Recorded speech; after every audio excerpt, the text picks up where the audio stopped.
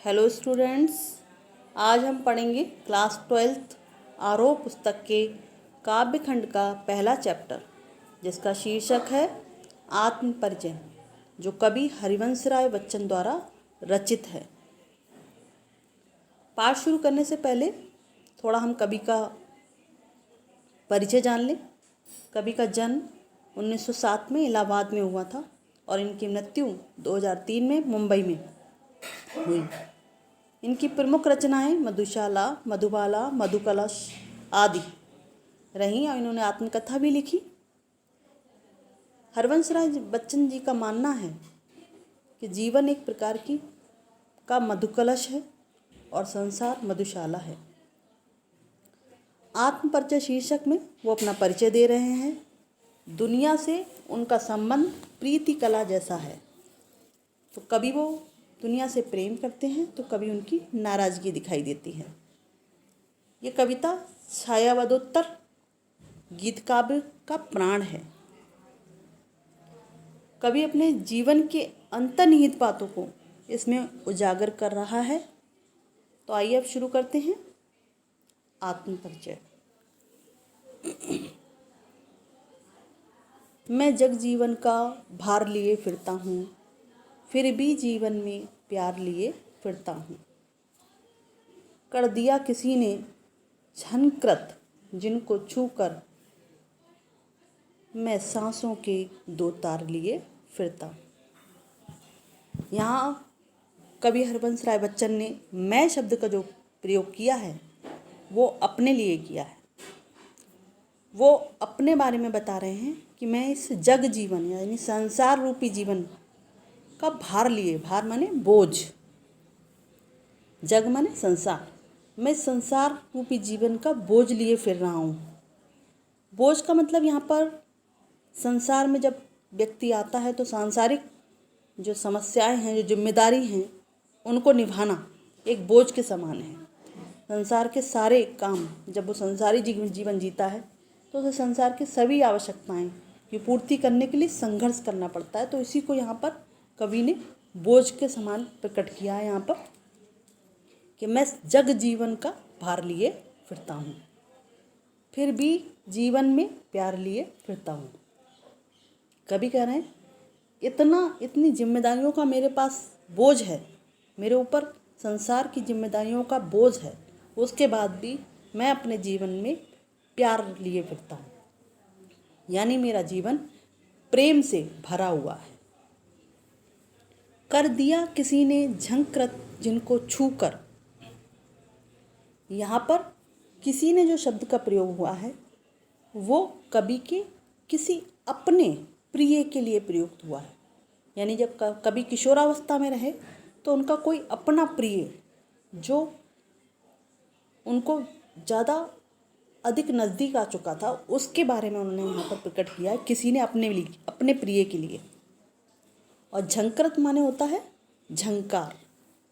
झंकार जैसे उत्पन्न करना, यानी जैसे वाद्य यंत्र होते हैं उनमें जो तार होते हैं, जैसे तार है और जो अनेक वाद्य यंत्र हैं, सितार वादन है, गिटार है, इनमें क्या होते हैं, तार होते हैं। तो उन तारों को जब हम बजाते हैं तो झंकार निकलती है। उस झंकार उत्पन्न करने वाले, यानी उन्होंने हृदय को अपना कैसा बताया, मतलब उससे वाद्य यंत्र बताया कि उस किसी ने, यानी कोई अपना प्रिय, उसने मेरे हृदय को झंकृत कर दिया, यानी उसमें झंकार उत्पन्न कर दिए। छू करके, मुझे छू करके मैं सांसों के दो तार लिए फिरता हूँ। इस प्रकार मेरे हृदय में जो प्राण रूपी सांस है और वो झंकार, ये दो मिल गए, इसलिए इन दोनों को दो तार लिए फिरता हूँ, कवि ने अपने आप के लिए व्यक्त किया है। अब देखिए यहाँ पर कवि ने ये बताना चाहा है, इसका थोड़ा सा शिल्प सौंदर्य देखिए। यहाँ पर जग जीवन में अनुप्रास अलंकार है क्योंकि समान वर्णों की आवृत्ति है, और तत्सम शब्दावली का प्रयोग किया है, आत्मकथात्मक शैली प्रयोग की है इसने, खड़ी बोली है, छंद मुक्तक छंद है, लयात्मक है, तुक है, तुकांत है आदि का प्रयोग किया है। तुक तुकांत जैसे फिरता हूँ का प्रयोग हुआ है, तो इसलिए यहाँ पर तुकांत है। और कवि ने अपने आत्मकथा को खुलकर व्यक्त किया है। आइए अब दूसरा शुरू करते हैं। मैं स्नेह सुरा का पान किया करता हूँ, मैं कभी न जग का ध्यान किया करता हूँ।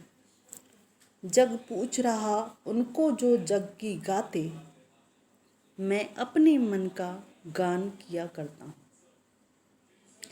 यहाँ पर कवि हरिवंश राय बच्चन जी कह रहे हैं कि मैं स्नेह सुरा, स्नेह यानी प्रेम, सुरा यानी मदिरा, मैं प्रेम रूपी मदिरा का पान करना यानी पीना, मैं प्रेम रूपी मदिरा को पी रहा हूँ। उन्होंने प्रेम को क्या बताया? मदिरा के समान बताया, एक नशा बताया। प्रेम में एक नशा होता है, इसलिए मदिरा में जैसे नशा होता है उसी तरह प्रेम में एक नशा होता है, और नशे में व्यक्ति मदहोश होता है। यहाँ पर कवि ने प्रेम को एक मदिरा बता करके बताया है कि मैं उसी प्रेम का पान किया करता हूँ, उसी प्रेम को पीता हूँ।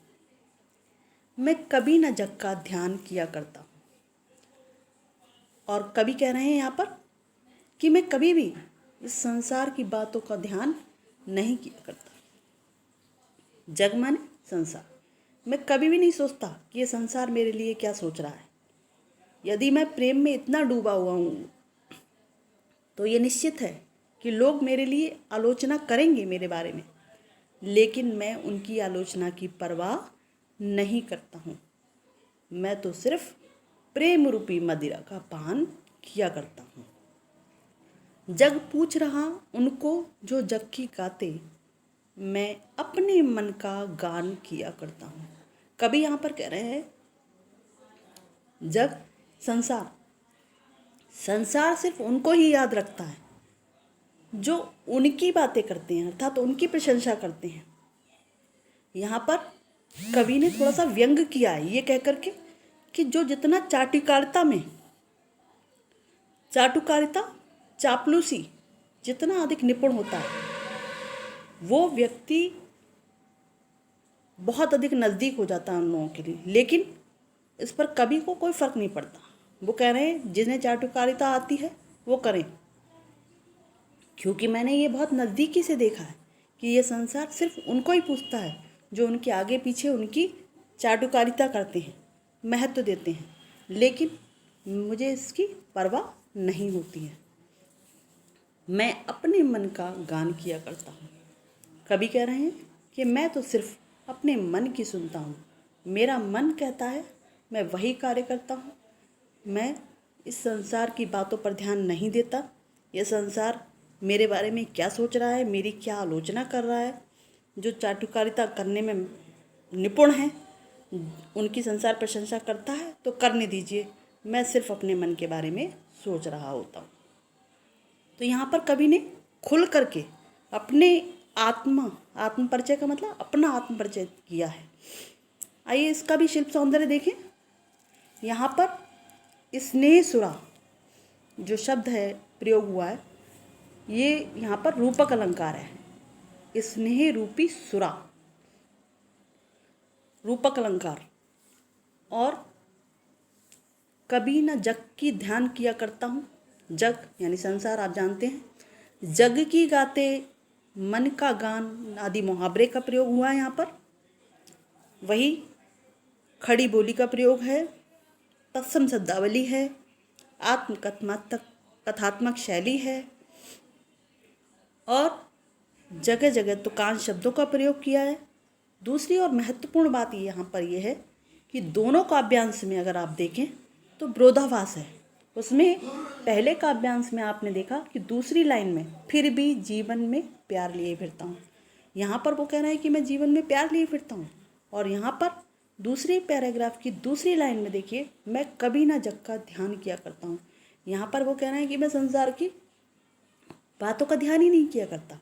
तो यहाँ पर उनके ही अपने ही काव्यांश में विरोधाभास देखने को मिलता है। ये बहुत कम कवियों का गुण होता है जो कि हरिवंश राय बच्चन में था। तो आज के लिए इतना ही।